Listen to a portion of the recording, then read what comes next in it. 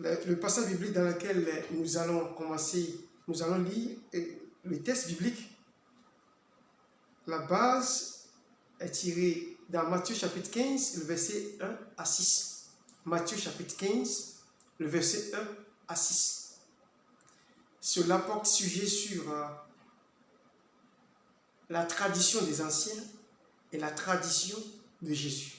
Autrement dit, les pharisiens et les scribes ont posé la question à Jésus-Christ de savoir pourquoi toi, tes disciples n'observent pas la tradition des anciens. Pourquoi tes disciples ne lavent-ils pas leurs mains avant de manger le pain? C'est ça la question. Au fait, si nous transposons ce contexte dans nos contextes culturels, socioculturels africains, ou bien partout ailleurs dans le monde, vous comprendrez que la foi chrétienne, notre vie de chaque jour, est toujours conflictuelle avec la tradition des anciens, la culture.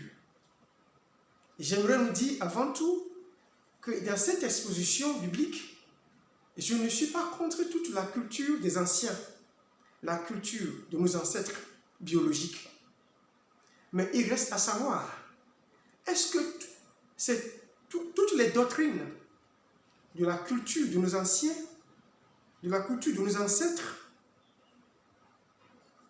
qui portent un profit, qui encouragent, qui nous soutiennent dans notre foi chrétienne, est-ce qu'en tant qu'enfant de Dieu, si nous voulons obéir à toute la culture de nos anciens, des anciens, est-ce que cela ne porterait pas préjudice à notre vie spirituelle? Y a-t-il des points à revoir? Y a-t-il des choses à substituer? Y a-t-il des choses à renoncer dans la culture des anciens? Ici, dans le contexte biblique, ce n'est pas la culture des anciens en tant que la culture, la tradition religieuse, le rituel, surtout quand nous parlons du contexte africain. Mais même si c'est dans le contexte du monde occidental, ils ont aussi certaines pratiques traditionnelles, certaines pratiques culturelles que si le chrétien affermi de la foi veut toujours observer tout, ces choses-là, cette observation, ces pratiques vont porter préjudice à sa vie spirituelle. Gloire à Dieu. En Afrique, par exemple, quand quelqu'un passe l'âme et qui n'est pas à plein pied dans la foi, les anciens, la tradition, les pratiques religieuses culturelles demandent qu'on aille consulter l'esprit des morts pour savoir si ce dernier sera inhumé ou bien enterré à la cimetière ou à l'autre cimetière. Je viens dans le vernaculaire, en langue éve par exemple, je peux dire que quand on n'aimerait pour l'Afrique dans nos cultures, on va y calafa, nous avons bien sévéré, fi que amia, elle y a dima, et dit zobéa, alors, et dit akwea.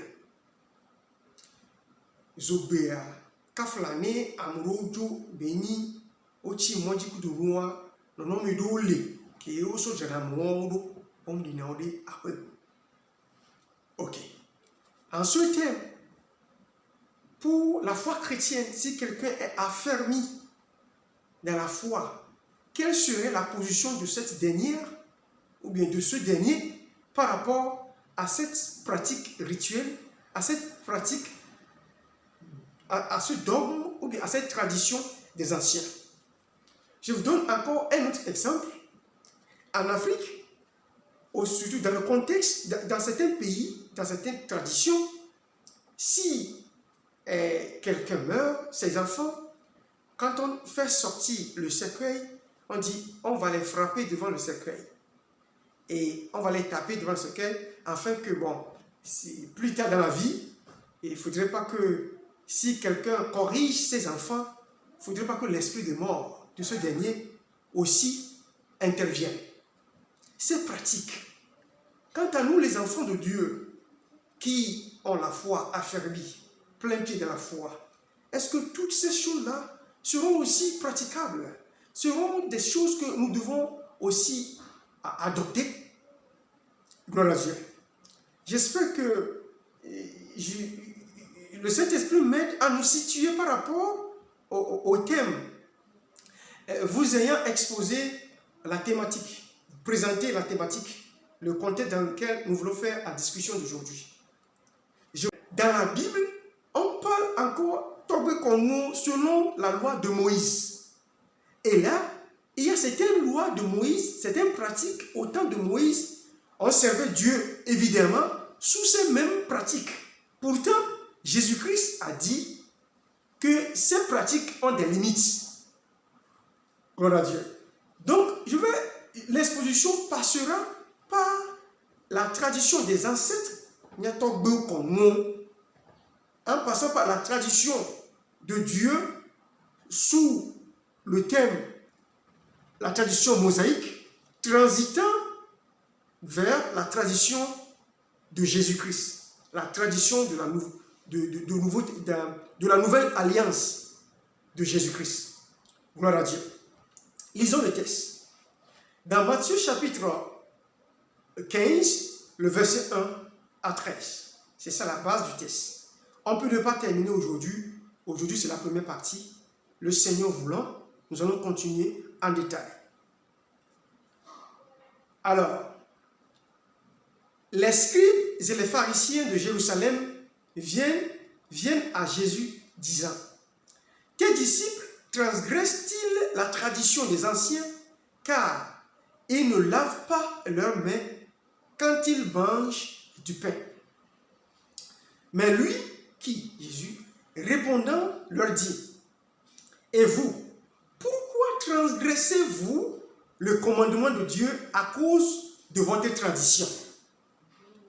C'est Jésus qui posait la question.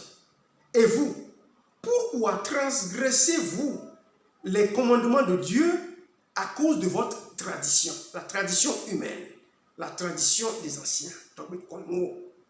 Alléluia. Verset 4. Car Dieu a commandé, disant: honore ton père et ta mère, et que celui qui médira de père ou de mère meure de mort.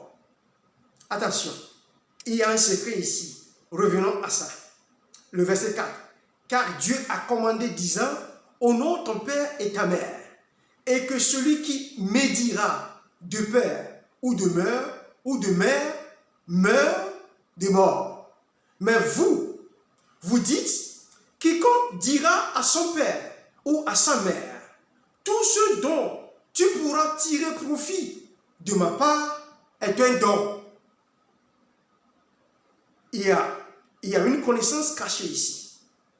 Tout ce dont mon père, ma mère, aura profité de moi, aura joui de moi, en tant qu'enfant à son père, en tant qu'enfant à mon père et à ma mère.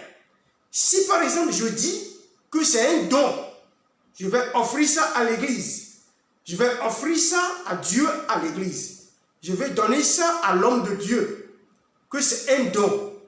Est-ce une tradition humaine, une tradition mosaïque, une tradition religieuse? Est-ce que cela, c'est ce que Dieu veut? Alors, Jésus dit: mais vous dites, quiconque dira à son père ou à sa mère, tout ce dont tu jouiras de moi, tu pourras tirer profit de ma part, est un don. Et il n'honorera point son père ou sa mère. Et vous avez annulé le commandement de Dieu à cause de votre tradition.